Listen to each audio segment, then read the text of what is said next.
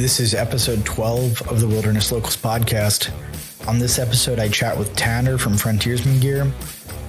We talk about how we got into hunting and knife making. This podcast is brought to you by Kafaru International, the toughest hunting gear on the planet, bar none. Frontiersmen Gear, high quality, completely custom handmade knives made in the heart of the Peace Country. And as always, we're brought to you by Just Shooting Arrows, BC's premium archery shop. Yeah, man. So you and I don't actually really know anything about each other at all. No. It's perfect. Not at all. So you're in Prince George, right? Yeah, we moved here about a year and a half ago. We were in Kamloops for a year and a half before that.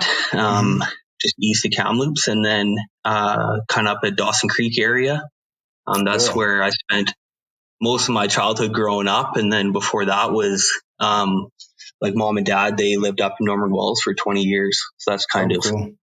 Yeah, that's how I kind of got into the whole hunting wilderness thing. Was just you kind of bred right into it and cut your teeth on the Mackenzie Mountains, so it's kind of hard to let it go sometimes. Yeah, I don't doubt it. That's very cool. How did you get into the knife making thing? Kind of a long story, but the condensed version. A neighbor of my mom and dad's from up in Norman Wells. He's a knife maker, kind of renowned knife maker. His name's Ken John, and he's been doing it now for about 40 years. And he's a conservation officer, etc. And moved down to Dawson. When we moved down to Dawson Creek, they ended up kind of following us down there. And so I was like 10 years old, and I built my first knife in his shop. And yeah, super cool. But that's kind of as far as it went. And then, kind of went on with life and got into the oil field and the whole life that's up there in the Peace area. And then went to the Army, and then ended up getting out and was doing kind of contract work and oil field work and kind of just bouncing around, and ended up going back out to Ken's place. And he's kind of losing a lot of his eyesight, the use of his hands, stuff like that. And I just kind of asked him if he had passed it down to anybody, and he said no and wasn't really keen on doing that. But I managed to convince him by the time that I left to do an apprenticeship for me. And 8 months later, he kind of signed off on me, and I started going about it by myself. Cool. That's a really kind of traditional, admirable way to approach a new craft like that. Well, I feel like I kind of got a one up on a lot of people, and not that I feel bad about it, but I mean, I didn't have to go through all the mistakes at the beginning, because he just shed off the 40 years of mistakes that he had, and I kind of got a big step up as soon as I started. So it was good for me. I'm not complaining, but just a different path, I guess. Yeah, it's certainly nice to build off the guys that came before us, right? Well, they didn't do it for 40 years and make all these mistakes just for me to have to do it again, is how I see it. So yeah, there's a lot of truth to that, man. There's a lot of truth to that, especially when you start looking at manufacturing and especially like the bespoke one-off stuff that you're doing. It's like the more that you can streamline stuff, the more time you can spend on perfecting it and the shaping it and the quality and all that kind of stuff, right? Yeah, that's exactly it. And I've tried to kind of take it another step further in this whole like ultralight line and everything else that I'm doing. Like that was stuff that, Ken never really touched that kind of stuff. He was completely on the one-off customs. So it was good to be able to have that foundation and then build into all these other crazy ideas that some whiskey creatives kind of come up with in the late hours. Yeah, no doubt.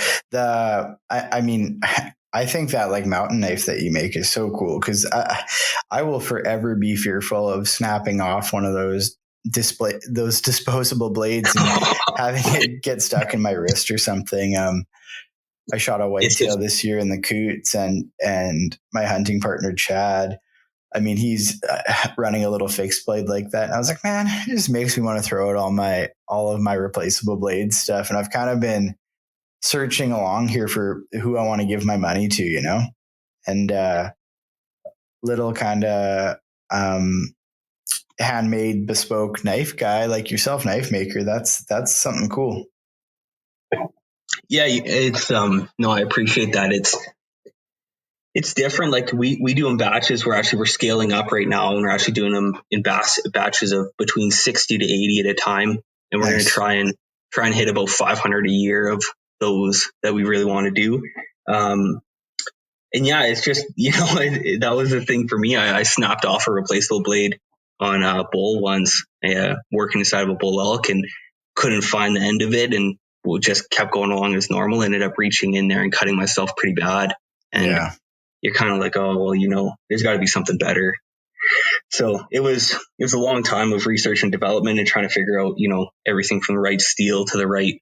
And I mean, I didn't even finish high school, so I don't, it took a lot of looking into like kind of the engineering and structural integrity of stuff, and a lot of the school of YouTube and Google to push you along the way. But no, it worked out pretty good. I'm really happy with them, and it fills a niche for guys like you said, that it's got some durability, and it keeps it lightweight. Right at an ounce, you can't really complain about it being too heavy when it's just toilet paper weighs more than it. Yeah, and there's some soul there too, because you can there's a dude in northern BC named Tanner that worked on your knife. Yeah, and no, that's a good point. And I mean, and it's got lifetime warranty and lifetime free sharpening. You can stop into the shop anytime on your way up for a hunt or on your way coming back, and I'm going to sharpen it, and we're going to have a good bullshit about stuff. And yeah, that's yeah, perfect. Nice. That's perfect. So that's a good spot to segue to, because kind of what this podcast is about is, who you are, what you do, and how you got started hunting. So we kind of covered the who you are and what you do. So how'd you get into hunting? Yeah, so I was born in Edmonton, and then kind of because there's no hospital in Norman Wells, my mom and dad were up there, and they sustenance hunted up there in the true sense of sustenance hunting, of the barges coming in once a year, and the ice road opens up that you might be able to get out on once a year. So you need to hunt to feed yourself and feed the dogs and feed the kids. So we kind of just grew up with that. And it was, like I said, it was kind of just born right into us. We didn't have much of a choice. And so we went down to Dawson Creek. We moved to Dawson Creek to a farm there. Mm-hmm. And my mom and dad split up. So I kind of drifted away from it. And it was just, I think I probably drifted away from it for 5 or 6 years before a family friend, their dad, they're real heavy into hunting, and he started bringing me back out, and the bug bit back on, and it just kind of never let go. So I basically just lots of elk hunting in the Peace River area is kind of where I cut my teeth and kind of stayed, and that's where I'm really happy at, up in the bush up there. Yeah, and so that's obviously why you ended up moving up there.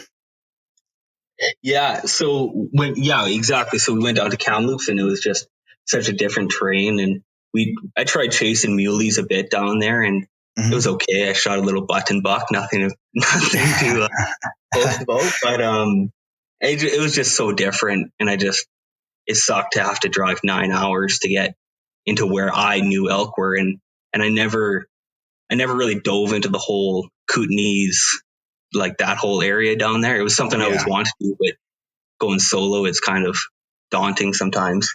Oh yeah. No, I've hunted solo most of my hunting career. I mean, my hunting partner Chad has only kind of become my hunting partner in the last couple of years here, and we've both up to this point kind of been solo guys, and now that we have somebody to help each other out, it's like it's crazy.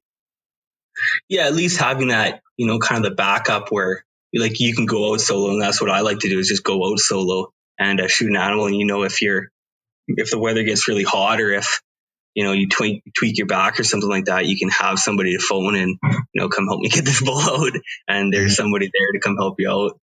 There's definitely something nice about being solo in the bush, though, that you just don't get with anybody else in there. Yeah, it does a lot for your mind, I think.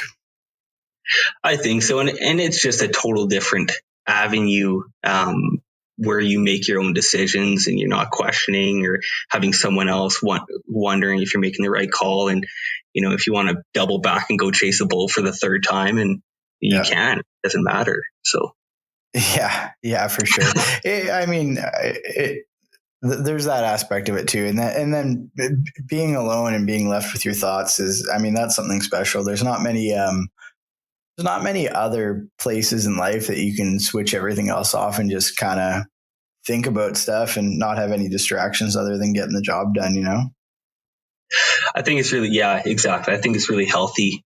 I think if more of the population did that, I don't think we'd be in the turmoil we're in now.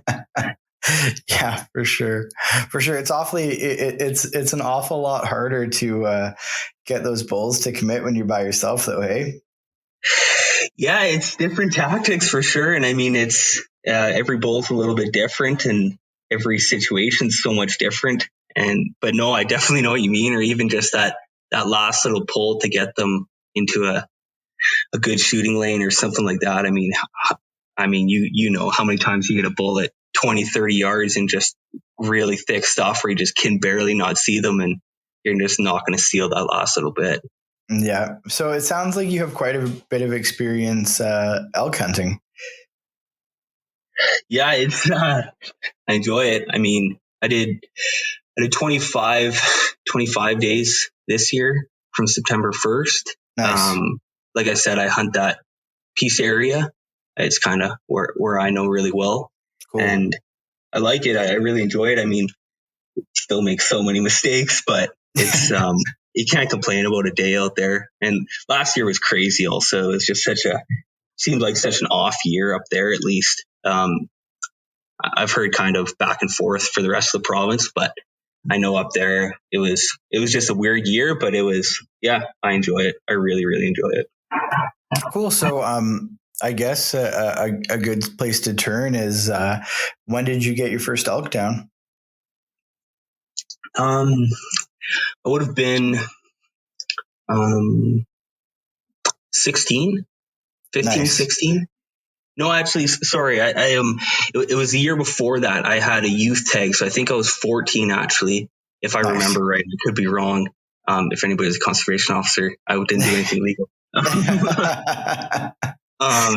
No, it was a youth tag, so I shot my first. It was just a spike bull, so it was an any elk tag on farmland, and that was kind of my first bull, middle of winter. And then the first one that I actually shot out in the bush during season was the year after that, if I'm remembering right. And my buddy and I, buddy that I hunt with up there, we got into, just happened out of God knows how, we found this crazy honey hole and just a really secluded area, and we pulled, I want to say seven bulls out of there in 4 years. That's awesome. Yeah, it was great. So basically shot his bull one day, went back in the next day and shot mine. And then every time we went in there, it was either you had the chance at a double header or it's just a crazy little, once in a lifetime spot. But yeah, so that was a little spike bull. And then it was just a small little 5-point. I haven't even shot a 6-point until 2 years ago. Those two elk that I sent you pictures of, those were within 4 days of each other. It was a good 4 days. That's awesome. That's so awesome. So, I guess that most recent 6-point might be your most memorable outing. I think that first one that Jordan and I did kind of by ourselves in the bush kind of always stands out by itself to me. We didn't know anything, like so underprepared, didn't have the right gear, no food, like half a little shitty bottle of water. And it, like, looking back on it, it's hilarious to think about how we tried to process it. And it was just like, oh my God, what were we doing? And so it always stands out to me. This one a couple of years ago was nice though, because I was by myself, and it was just a really rewarding hunt. Just had some bad breaks, and and ended up shotgunning up there like the night before. Got in there at like midnight, slept for a couple hours, and then headed out and connected with that bull in the morning. And it was just one of those when you put in a lot of time, and it's just that, monkey off your back, and you can take a breath and it feels good. Yeah, for sure. Yeah. What about other species? What are some other things that you like to chase? Goats are a big one. I want to start pushing a lot more attention towards. The experience that I have on the mountain with them is very limited. Had a good chance at one though, and saw lots of goats on this last goat hunt that we did, and they're a cool animal. It's something that I'd really like to do. I've done lots of moose hunting growing up, but I mean that was a lot of the classic truck hunting, just rip around and check cut blocks and that kind of thing, and just blindly call off the road as a kid, not knowing any better. But yeah, and the deer, I shot that little button buck muley, and that's really it. I might get crucified for this, but I don't get fired up for deer. Maybe I haven't seen a big enough deer in person yet, but there's something. I had never really struggled killing muleys, and basically this past season, one of my hunting mentors, Ronnie, and he's like a hardcore stone sheep guy. He took me out to a spot that he's been hunting for many years, and dude, I'm like, I'm normally like thinking about elk all year round, right? But now I'm like, I can't wait till November. Like, it was so fun. I think it depends on the hunt, and then we hunted southern Alberta mule deer last year too with my buddy Wasey, who's been hosting the traditional Tuesday ones. And that's next level fun too, chasing those giant deer with your bow. Oh man. Yeah, I've heard lots about that. That's one that's on the bucket list for sure. That's hunting. I don't know what they call it, like coolies or whatever. That's it's like coolies and hoodoos and like these kind of. It's weird. It's like a moonscape, coming from BC. We don't have anything like that at all. And it's just like it. Go ahead. No, that's really cool. That's definitely on the bucket list. It's not anything I think any reasonable hunter would turn down. But no, one of those things. I think once you do, like you said, you get once you do something, you get tied into it differently than just looking at it on TV, I think. Mm-hmm. Yeah, for sure. Like that Alberta hunt is like, the terrain is so foreign that you almost have to like relearn how to get close to stuff and just operate down there, right? There's no cover. As soon as that grass kind of starts to die, it's like there's just deer everywhere, and there's so many eyeballs, and there's nothing to hide you. You can't like get back to the tree line to move. It's like it's on. Yeah. Did you connect with a buck when you were down there? Man, I had so many good chances, and I think we told the story on here maybe, but we hooked up with these same 4 mature bucks like over and over again, and then kind of last light on our last full day, and we had like a morning. The next morning we were able to hunt too, but like this was like our last full day, and it was getting to be like I don't know, towards the end of the day, like 3 hours left of daylight. And we glassed up these 4 big bucks again. And one of them in the group was like the biggest deer I've ever seen in my life. Like by like exponentially greater than the next biggest deer I've ever seen. Right. Yeah. And Weiss is like, all right, Ty, you got to kill that thing. And I'm like, dude, you're preaching to the choir. Let's do this. And so we had kind of figured out the travel corridor that they were using to get back to like a egg field that was still green. And so we're like working this opposite coulee from them, like for like 3 hours, and every 50 yards you'd pop back up and try to get like a visual on the back of one or the tip of an antler or something, because they were moving through this other one, and they're going slow, but they're like single file on the way back to this field. And Chad, my hunting partner who came out there with me, I don't know why I handed him my rangefinder, And I thought he was going to be right on me. And Wasey's like, hey, I'm going to take off and I'm going to stop where I think they're going to cross.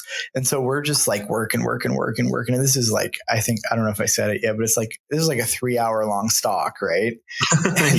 And we get in there and like, I can see these deer starting to turn and they're starting to get close and they're like, I don't know, we're maybe 100 yards apart. And so I'm like, okay, I'll set up. And I'm like, there's nothing to hide behind, right? Like as soon as they kind of get into vision, like into your vision, they're going to be able to see you. So I'm like waiting for them to crest this hill, get my bow drawn back.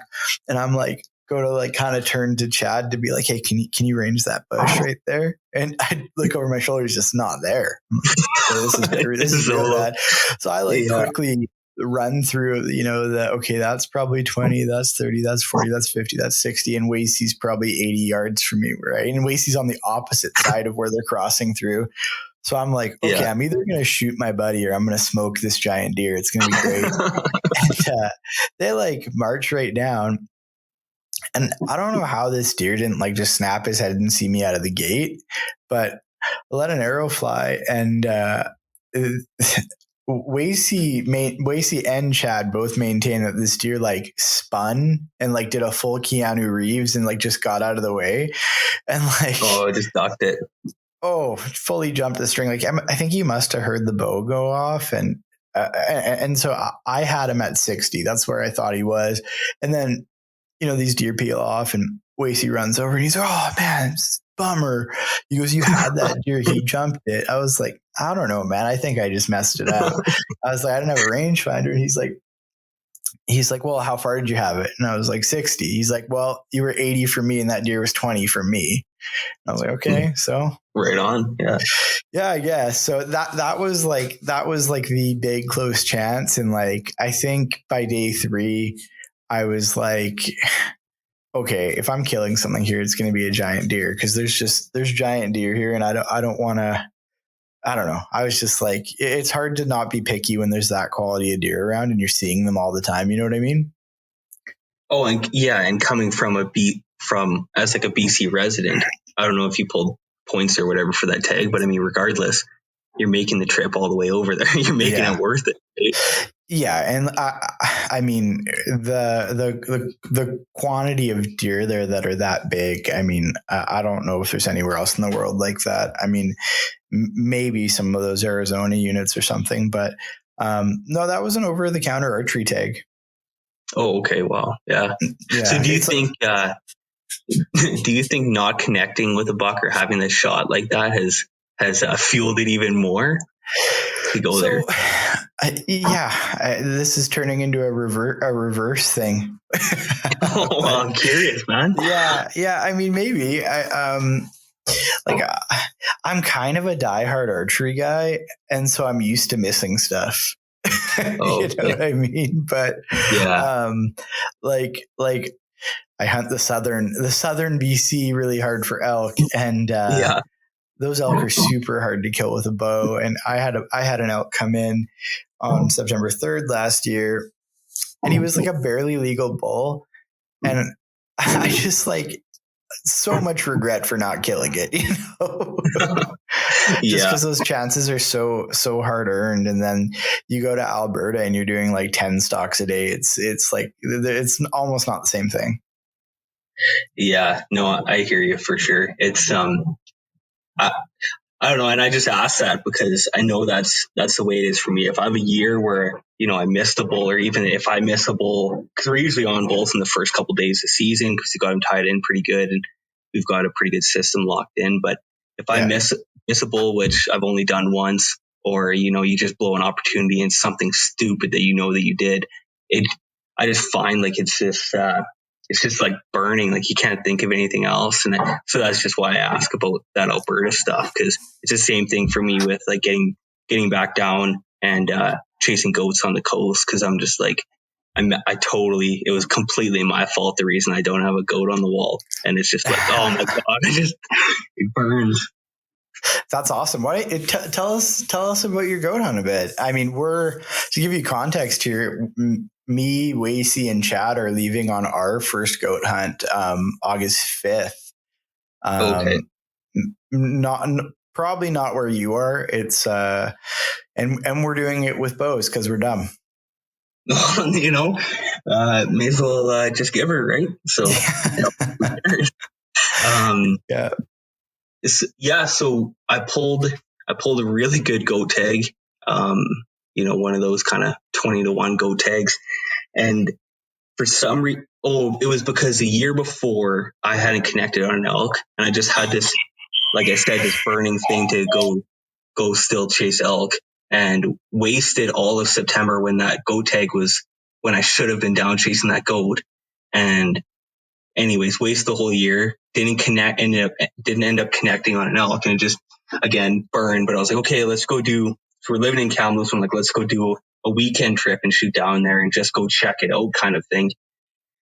And didn't get to go do that. So then by the time it rolls around, it's like, okay, tag's going to be over soon. I've totally wasted away this tag. I feel like guilty for doing it, knowing I'm probably not going to pull it again.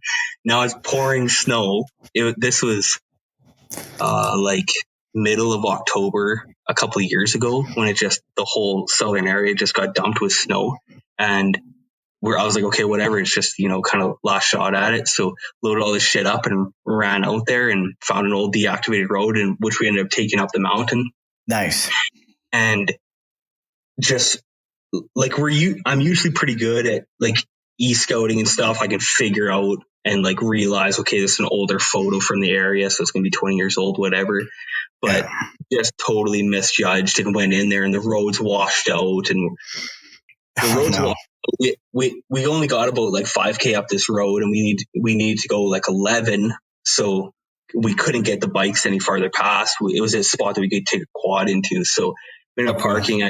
We just camped there and spiked off up these kind of valley bottoms and just glassing up both sides of the ridges, and just kind of started running that river, because the old deactivated road kind of hopped back and forth across the river, across some of the sketchiest bridges that, yeah, just gnarly. But so we just kind of hopped back and forth in any spot that we could see some clearings on the hilltops. We're just glassing up at the rock slides and stuff like that. And it was set, and it, like I said, it just poured snow, so everything's white. And so you're trying to look for that ivory, or maybe like some weird black horns or something like that. And it's just, it didn't seem like, it was one of those hunts that you get out there, you like lose all hope that hunt's going to go good immediately.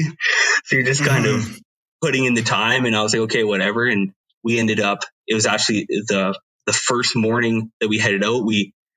So where we parked, then we had to go about 6K up and then where we ended up splitting down this different valley bottom. And it was only like that day at noon, and ended up spotting a really nice billy up on the mountain. And it was like, oh shit, okay, like maybe this isn't going to be so bad, whatever. But quickly learned that, that foot of snow or foot and a half of fresh snow with hard stuff under it, and just turned into a hell hike trying to go up this mountain after it. Yeah. Basically, as soon as we broke that bottom tree line and started going up the chute after it, which is the only spot that we could actually get the wind in our favor, we just couldn't see the goat. So it was like a kilometer and a half of not being able to see what we were going after, and ended up coming up. We came up the one side of the chute, and this goat had been feeding, kind of just like doing its kind of swoops back and forth down into the gully, and then coming back up out of the chute, just chewing on the rocks and stuff. And so when we came up, and I was glad we finally got to a kind of knob, and I could look up and I could glass the whole way up the chute, and couldn't see this goat now. I was like, oh shit. So I'm like looking for tracks, nothing, couldn't see it. So I was like, okay, well, so I my brother was with me, my brother and my girlfriend, Kennedy, she was with me. So I handed my brother my rifle. I'm like, okay, I'm going to go down to the chute. And if he's still here, he's going to be right at the center of the chute. Yeah. So it was like a 6-foot drop. So I kind of just like scooched over and handed my brother my rifle and hopped down. And literally as soon as I hopped down, my brother looks up, and he's not a big time hunter. He's really not. It just didn't take onto it the way I did. But his eyes go the size of a tennis ball, and he's just in there staring up into the mountains. I didn't know what was going on. He's like, "Oh, it's right there! It's right there! It's right there!" And I kind of the only place I could look over, and never would have had a shot. But it's in there 20 yards, and if I just had a little bit more patience, standing on top of there instead of just rushing to jump into the chute. Was standing there 20 yards away, perfectly broadside, massive goat, and got to watch it just kind of go up the chute a little bit more and start climbing the rocks, and basically just went vertical straight up the rocks into away from my life.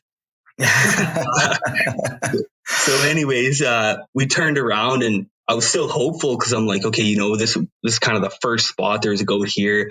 And there was like we hadn't even gotten into the area that I really wanted to get into, which had, some nice, more goaty areas. So we pulled out, and we were on our way out, met a hunter, and they had shot 2 goats on their first day in. It was a great spot. Like they crushed 2 goats. We got out, jumped to the tents, hopes were high. And when we got out in the morning, it was like heavy fog, like we were just in the clouds, and it never lifted. And it was just a sad end to the hunt, when it was just like literally ended up getting 1 day on a really good goat tag, and really kicked myself in the ass for it. So, well, it sounds like you have good odds to draw that tag again in a few years. So, maybe 20 years sometime before I die. Yeah, you never know though, like that's the thing about BC. I was saying that on a podcast recently. It's like some of those dudes just have all the luck, and they draw those tags over and over again, it seems. Absolutely. And before that, it seemed like for probably 3 years before that, if I applied for like a late season elk tag, I get it. If I applied for a moose tag, I get it. I'm not saying it's rigged, but no. I would get it. And then I got that goat tag the following year, and I seemed to always get 1 tag every year, and it was great. And ever since that goat hunt, I haven't pulled another tag since. I'm like, I wonder, because they send their harvest reports in. I'm like, I wonder if they blackballed me here now. I'm never going to see anything again. Yeah. This guy got this tag and he didn't kill it. He's out. Yeah, he's out. We don't need him. Didn't deserve That's it. funny. That's funny. Yeah, man. I'm super excited to get after these goats here in August. It's going to be cool, and it's nice that it falls outside of elk season for sure. And honestly, it's. I commend you for going after it with a bow, but I think it's doable. Like, you get in the right spot hunting, like I said, those shoots and stuff like that. It's not, in my opinion, at least, like it really depends where you're going. I guess I shouldn't even say this, putting my foot in my mouth here, but depending on the area, you can, you play the train right. As long as you keep the wind in your favor, you're going to get close to an animal, in my opinion, as long as you're not separated by some avalanche chute or something. Yeah, for sure. I mean, we the guys that I'm going with, Wasey, he only shoots a stick bow, so he's severely handicapped in this hunt. And then Chad just picked up a stick, so he'll have a year shooting this stick. And I think I'm going to be the dude that chickens out and brings a compound. So. Well, that's good. I mean, if we can only get to 60, guess who's up to bat? Yeah, exactly. It seems like you got this planned out pretty well. Oh yeah, for sure. Yeah. Go ahead. Yeah, and I mean, if your buddy there can get out after spring bear or something like that, it's pretty easy to whack a couple bears and get confident with anything. Yeah, he's quite the bear beast, that Chad. He's got I think a damn near 7-foot bear from down here. So, oh wow, yeah, he's a stud. That's cool though. So you're kind of chomping at the bit to get after goats again, then? Yeah, I really am, and I say that, but as soon as I say that, the big push for this season is doing a caribou hunt. So cool. Going back up, kind of right along the border before the NWT, and we're going to go chase caribou up there, because we were going to do a fly-in last year and ended up getting canceled because we had no idea what was going to happen with this COVID stuff, if planes would even be flying. This same kind of story that a lot of people have. Same thing happened to me in Chad. I drew a sheep tag, one of those sheep tags that's really easy to draw, and we were jonesing and ready to go, and then all this COVID stuff hit, and it was kind of like, okay, how do we do this? So yeah, and then it didn't even end up being. It was like almost a bigger bummer, but that there was no real implication. Guys were still flying in, so I know that was for me. I was like, damn. It was one of those things where I think a lot of guys weren't willing to book the time off work in case it didn't work out, you know? Well, and a lot of guys didn't want to lose their deposit either. I know that. Like, that was a big thing for our group, guys. Everybody was like, well, I'd rather use that $600 or $700 or $800 on something else that I know I'm going to be able to go do. Yeah. But I'm looking forward to it. That's been a trip that I've been wanting to do. I mean, my mom and dad, there's so many pictures. My mom, she's a bush plane pilot, and she flew for Stan Stevens a bunch for McKinsey Mountain Outfitters. So cool. She was a cook for them and flew hunters and all kinds of stuff, and a great photographer from back in the day. So I grew up seeing all these photos of the 400-inch boo everywhere and stuff like that. This has been, it's been my whole lifetime in the making to go shoot a decent sized caribou. So that's my big push for this year, is to do caribou. And I mean, if I pull a tag, I'll probably go chase a goat if I get lucky enough. But if not, it'll have to wait one more year for a general open season goat. Yeah. Yeah. There seems to be a lot of goat opportunity around too. We're very fortunate with where we live for chasing those guys.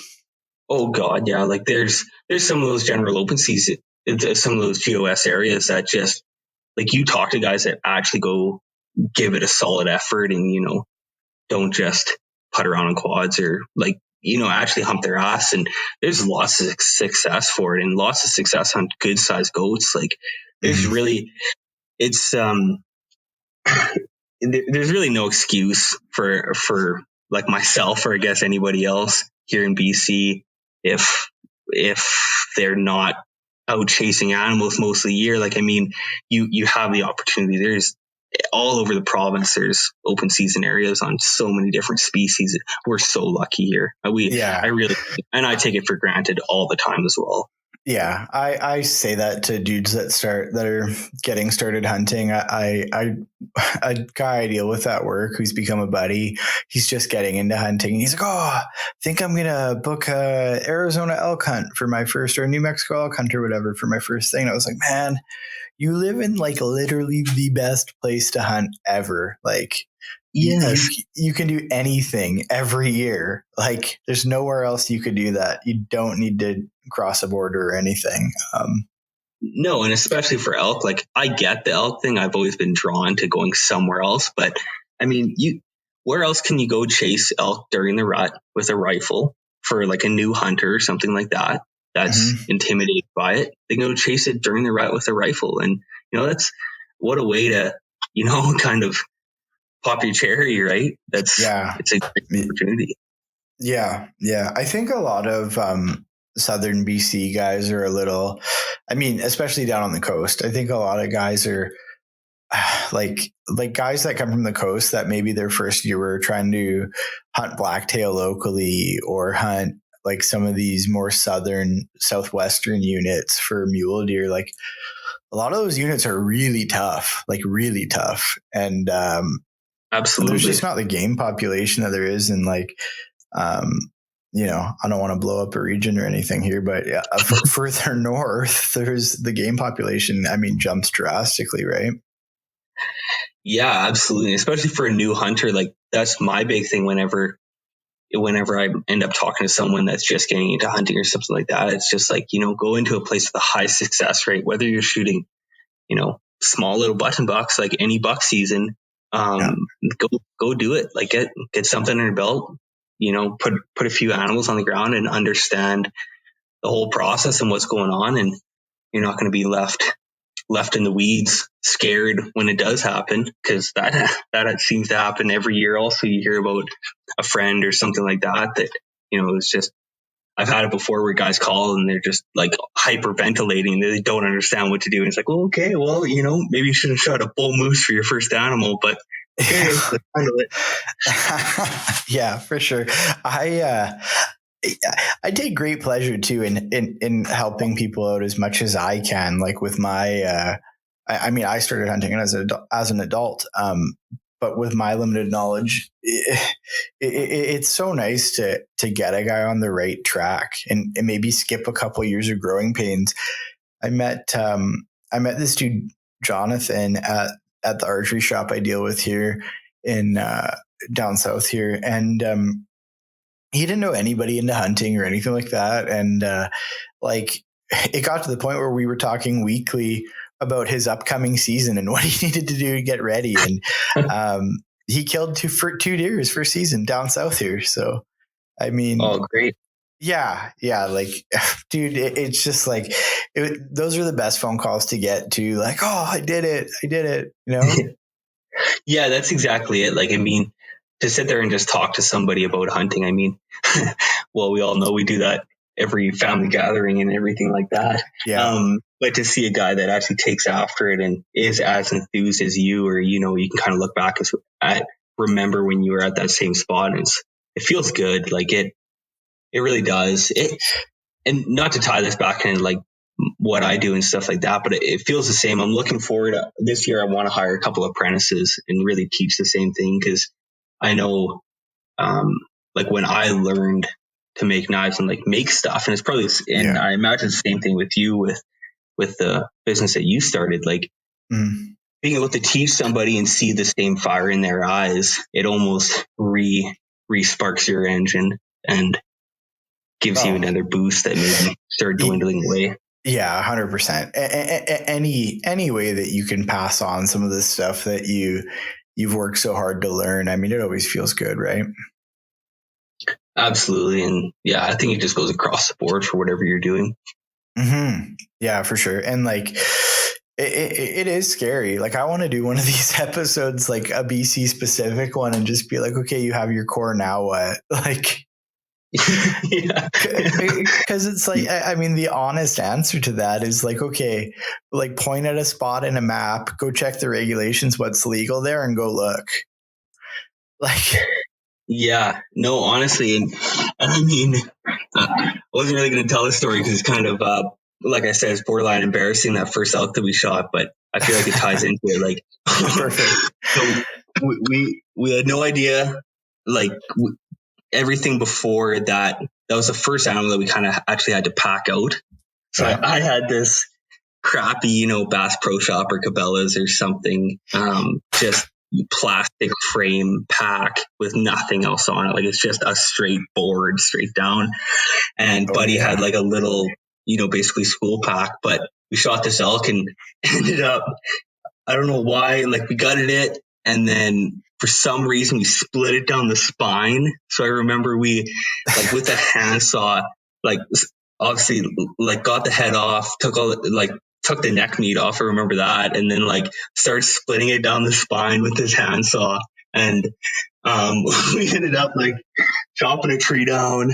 And obviously we don't know what the hell we're doing and don't know how the hell to get this thing out. And chopped this tree down and like kind of got the end so we ran this large, like this huge diameter stick, basically a tree, through it, and through like the back quarter and then through the front quarter. So it was like half that elk, and I mean good sized bull elk, and then basically just put over the shoulder like the old school Boone and Crockett, and started walking out that way. And man, it was just, you couldn't make it like 20 yards. And and just looking back at that, and then ended up splitting it in half and dragging it. It was just like, and now you look at it and you do the gutless method on something and put it in nice game bags, and like, what was I doing? Like, yeah.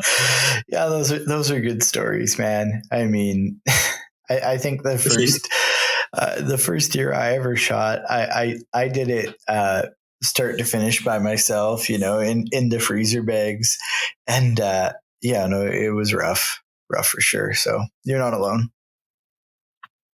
Yeah, I'd like to I've been thinking lots about. I want to try and get some guys together, and I think it'd be really beneficial to make a small little like processing book if you do something semi lightweight Oh, that'd and be cool. kind of half-ass waterproof, and get some good guys together like yourself and guys that have spent lots of time doing it.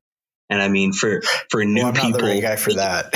well, I mean, yeah, I'm sure you've cut up your fair share, Oh but yeah. get some guys together and make a waterproof, pamphlet kind of thing the guy could throw in his pack for new hunters, just Yeah, so that'd be cool. That'd be cool for sure. I think that's something that needs to end up on your website. Yeah, I've got too many ideas, not enough time. It always seems like. That's always the truth, in the small business game. And now with how e-commerce works, it's getting pretty easy, isn't it? Oh, it's crazy, man. Like I know myself, I'll wake up some mornings and, with the time difference, you get people from Europe, like Austria and stuff like that, reaching out or buying stuff over there and looking into like shipping, like because obviously they're considered weapons. So like shipping weapons over there and what's going on. And it's crazy. Like, I don't even think these people, like sometimes I'll like go on there and like try and search their names, and it's like not on Facebook, not on Instagram. I'm just like, well, that's so cool. How else would you be able to do that? And it does it gets out of hand pretty quick. Oh yeah. No, I know that game very well. Yeah, no. So what do you have lined up here for 2021? I mean, so caribou, I think you said that's going to be your focus, hey? Yeah, so spring bear, definitely a big push for spring bear again. It's always a nice way to get out and kind of knock the rust off, and any new gear kind of test it out. Yeah. So that, and then we'll see what COVID restrictions do. If they hopefully lift, then head out to Haida Gwaii. Oh, cool. Go chase deer there, but I mean I'm not too confident on that one. Yeah, I know a few guys that have done it. I've never done it, and everybody's reported back. It was fun. Yeah, it sure seems like it for sure. I've got a good buddy here in town that he lives and breathes it, and cool. we're supposed to last year again also, but we weren't allowed on the island because of COVID, and so that's kind of going to do replacement COVID trips this year. So we'll do that if we can. We'll try and do Haida Gwaii, and then regardless, and I guess August I'm going to try and get out after stones with my girlfriend. I really want to show her sheep and see the land that sheep are in, and show her kind of what that whole deal entails. And then elk's always the big push. I mean, I think it's the same as you. I kind of live my whole year for September 1st, and then caribou. Yeah, for sure. So have you taken a few stones? No, I haven't. I've been on some trips, and cool. And I mean, seen my fair share of sheep country just with growing up in that whole realm. But no, I've never been able to for myself. And it's not even, I don't feel a big rush to do it. I'm really looking forward to when it does happen. And it's weird.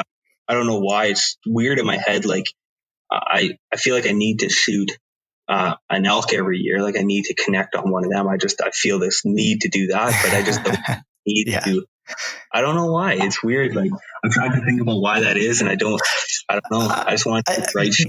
Maybe you're putting off the inevitable, right? Like I've said it before on here, but my hunting mentor, Ronnie, like he's like a diehard stone sheep guy, right? And he gets mad when I talk about how good of a hunter he is and all that kind of stuff. But the guy is a Jedi, right? And he always says to me, he's like, maybe put it off for a bit. That way you still enjoy the other things, That's fair. It is. They say it's a sickness for a reason. It's right. You get it. It's hard to shake. That's, it's feels pretty widespread. Everybody that does it a lot, that's what they say. So we'll see what happens.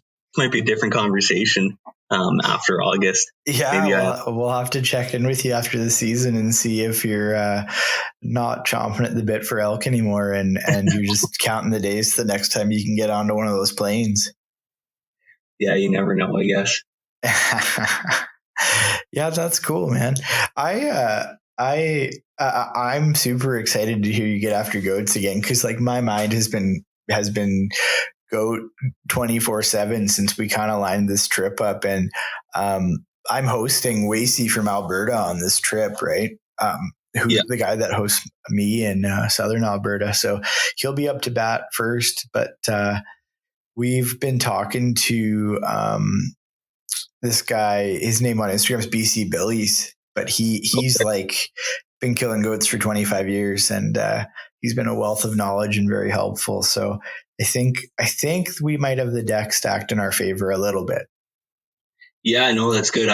I'm definitely very little help there. I'm stubborn. That's about it. That's one of the only things I've going. I'll like to like die if I have to. I think that's like one of those attributes that is universal across guys that are successful hunting. They're just like unwilling to quit. Like it's just, stubborn. Yeah, I think so. I think having common sense is a good attribute also. Like, I mean, I know a lot of guys that have the determination and unwillingness to quit, but they're just stepping on their toes every time they turn the corner, and it gets tough also. But no, I think with the three of you guys, and you guys, I feel pretty strongly about goat hunting in BC that you're going to have a chance. I feel really strongly about that, especially having some knowledge and not coming straight from like I hate to always use the term, but like a road hunter. Oh yeah. I feel bad saying that too, because I think there's really a place for it. It's used almost as a like a slur, and it's not right. It really isn't. Yeah, I mean, not everybody can hike way back there. Not everybody even wants to. You know what I mean? I had a conversation with another dude on a podcast that I haven't posted yet, but we were just talking about how like there's no downside in welcoming all hunters with open arms. Like the more people we can get into hunting, the better. It just helps our cause, Absolutely, and even I've tried in the last year, and I feel like it's sometimes a bad habit or it's a hard habit to break, but even like everybody segregates himself into this. I'm an elk hunter. I'm a sheep hunter. I'm a X hunter, Y, whatever. And it's bow hunter. Yeah, bow hunter, rifle hunter, compound, now trad or whatever, right? Yeah, so, buddy, that trad one is bad. Yeah, but it's like we're all at the end of the day, everybody's just trying to at the end, like really, we're all trying to do the same thing here. Some people are obviously on a different intensity level than others, but none of it should be used as a slur or a bad, they almost use it as a way to drag somebody's name through the dirt on forums and stuff like that. And it gets tiring. We don't have the space for it, especially with everything going on with the big pushes that we're seeing again this year, for plans and proposals and stuff like that. Like, God, if we can't hold each other up, we are screwed here. Yeah, no, that's the truth, man. I see you actually do a lot with Wild Sheep Societies. I always mix up Wild Sheep Foundation and Wild Sheep Society. It's Wild Sheep Society in BC, right? Yeah, it is. I'm really, really proud to be partnered with them. I mean, they're an amazing organization that they are truly one of, I think, and I mean, not just being biased, but like you look at dollars that they spend and boots on the ground work that they do, and there's not a lot of other people that are doing what they do for wildlife here in BC. And I'm really happy to be partnered with them, and I try and donate as much as physically possible. And we've got a really cool project coming out with right now. I'm actually looking at them, but a really, really cool projects that we're going to be announcing. Well, it might be announced by the time this comes out. It depends when you do this, but in the next few days from right now when we're recording it, it's going to get announced. We're looking forward. That's awesome. Yeah, that's cool. I think it says here you donate 5% of all sales to Wild Sheep Society. So that's awesome, man. I donate 5% of my overall sales. 2.5% go to Wild Sheep, and then 2.5% go to the Wounded There Warrior you go. Project. Cool. Yeah, that's awesome. That's Yeah, awesome. so Both good causes.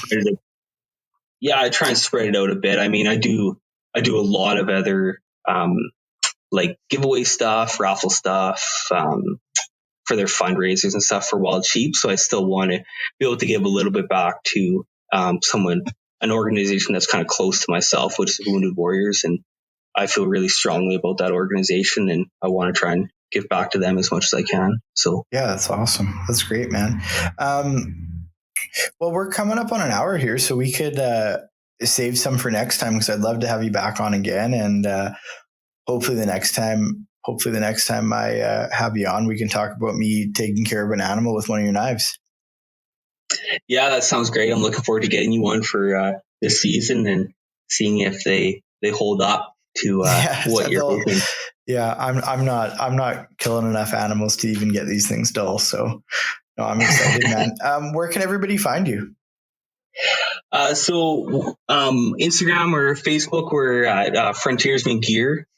Just as easy as that. And then our website is www.frontiersmengear.ca, and you can do everything from our custom knife quotes on there, which our books are closed for 2021. I'm not taking any more custom orders. We're completely booked up. That's awesome. So if you're looking for knives for this year, then it's just our mountain series or anything else new that we're kind of working on. It might have out, but yeah, cool. Frontiersmen Gear on social media. Right on, man. Okay. I'll put the link in the description and all that kind of stuff so people can find you easily. Thanks so much for getting on here. Well, I appreciate you having me, and yeah, looking forward to doing another chat soon. Thanks for listening to the podcast. If you enjoyed it, subscribe to our channel and follow us on Instagram at Wilderness Locals or at our website at wildernesslocals.com.